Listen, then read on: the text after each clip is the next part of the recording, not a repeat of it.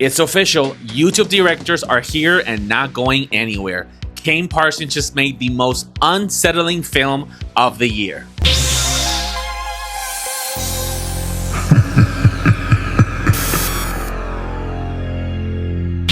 Okay, so let's talk the movie that everyone is going to be talking about this weekend. A24 Backrooms is finally in theaters. The movie is directed by 20-year-old Kane Parsons and stars Chiwetel Ejiofor and Renata Reinsve. About a man who finds a hidden world made up of weird rooms and his therapist who goes to find him. So Backroom is liminal space horror. If you don't know what that means, basically it's a subgenre of horror that relies on eerie places that are usually empty and out of context and create an unsettling feeling and eerie environment for the viewer. And the most interesting thing about this movie is that it is based on a random viral post from 2019. Originally, it was a photograph of an old empty furniture store that was posted on 4chan. It inspired a massive community of writers, gamers, and filmmakers who created interesting stories out of it, including a YouTube series called The Backrooms by Kane Parsons when he was only a teenager at the time. Now, before I move on, I want to talk about Kane Parsons because unfortunately, the internet is doing its dirty work and is discrediting Kane. They're saying that he is too young to be a filmmaker making a movie of this, production, a big Hollywood film. And they're even discrediting him, saying that someone else directed the film and that the studio only used Kane's name for publicity. And this is really unfortunate. I don't see anything wrong with him being 20 years old and getting this big opportunity to direct a big Hollywood film. We have to remember that everybody has different paths. And like I said on my last video, Hollywood is completely changing. The rules are different. And YouTubers are now jumping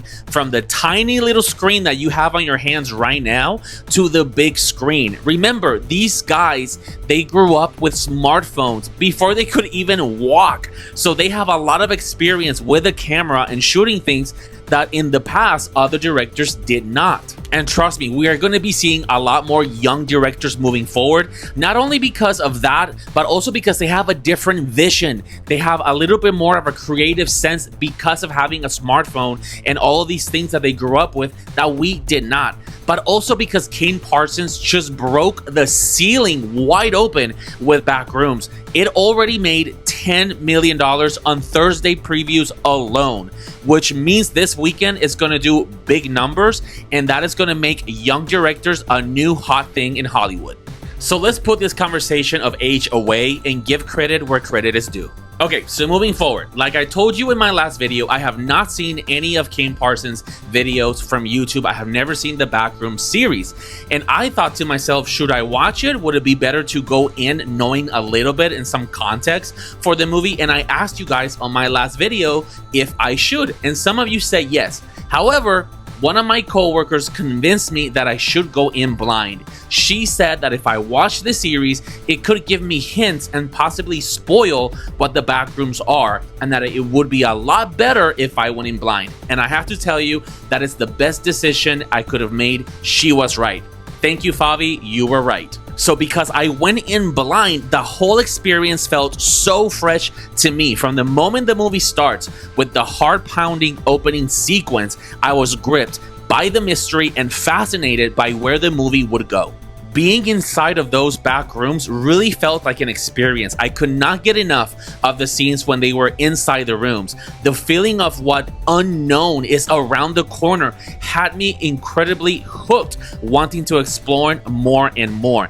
Even though I knew that going in further for the characters was dangerous, I wanted them to keep going. What's really cool is that the movie has this odd feeling of nostalgia and longing, almost as if you've been in those rooms before. And the movie takes place in the 90s, and since I was raised in that decade, for me it did feel nostalgic, and it almost felt as if I've been there before. I've been in rooms with similar furniture, with architecture and tacky wallpapers.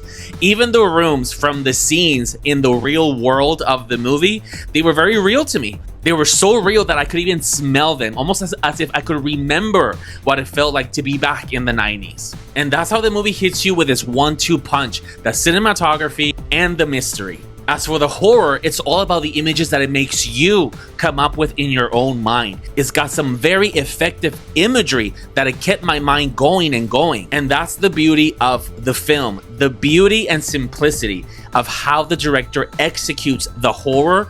It's what I found really compelling and what shows me that this guy is extremely talented and will have a great career. This will definitely not be his best film, but what he did here now shows me that in the future, he's going to do something great. He had the maturity to not show you the horror.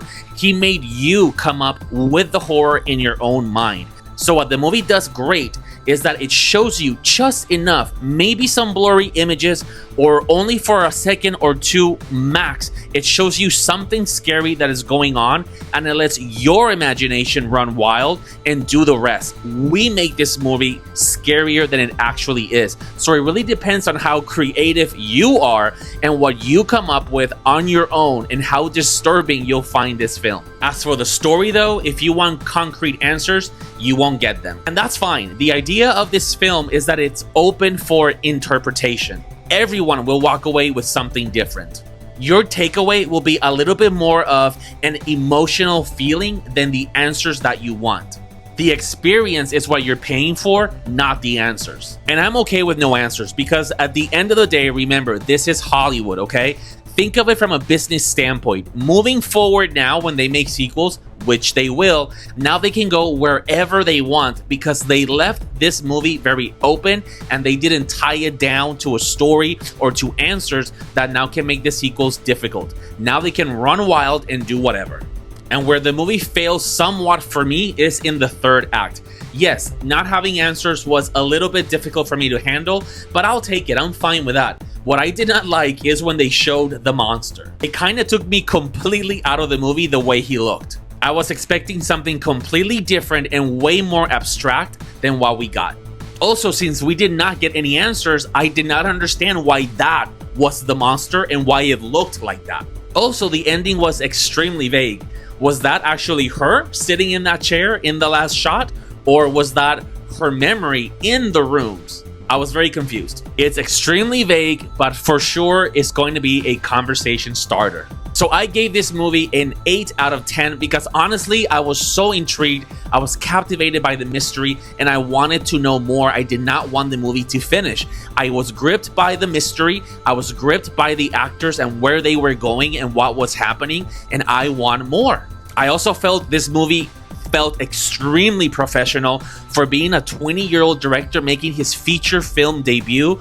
I am now a fan. This movie was beautiful to look at. The experience of how it felt to watch this movie in theaters was one of a kind, and I'm extremely now interested in what he's going to do next. Will he do more backroom movies or will he do new stories moving forward? So that's my review of Backrooms. If you like this video, please click like and subscribe. And remember to always stay scared and keep it frank.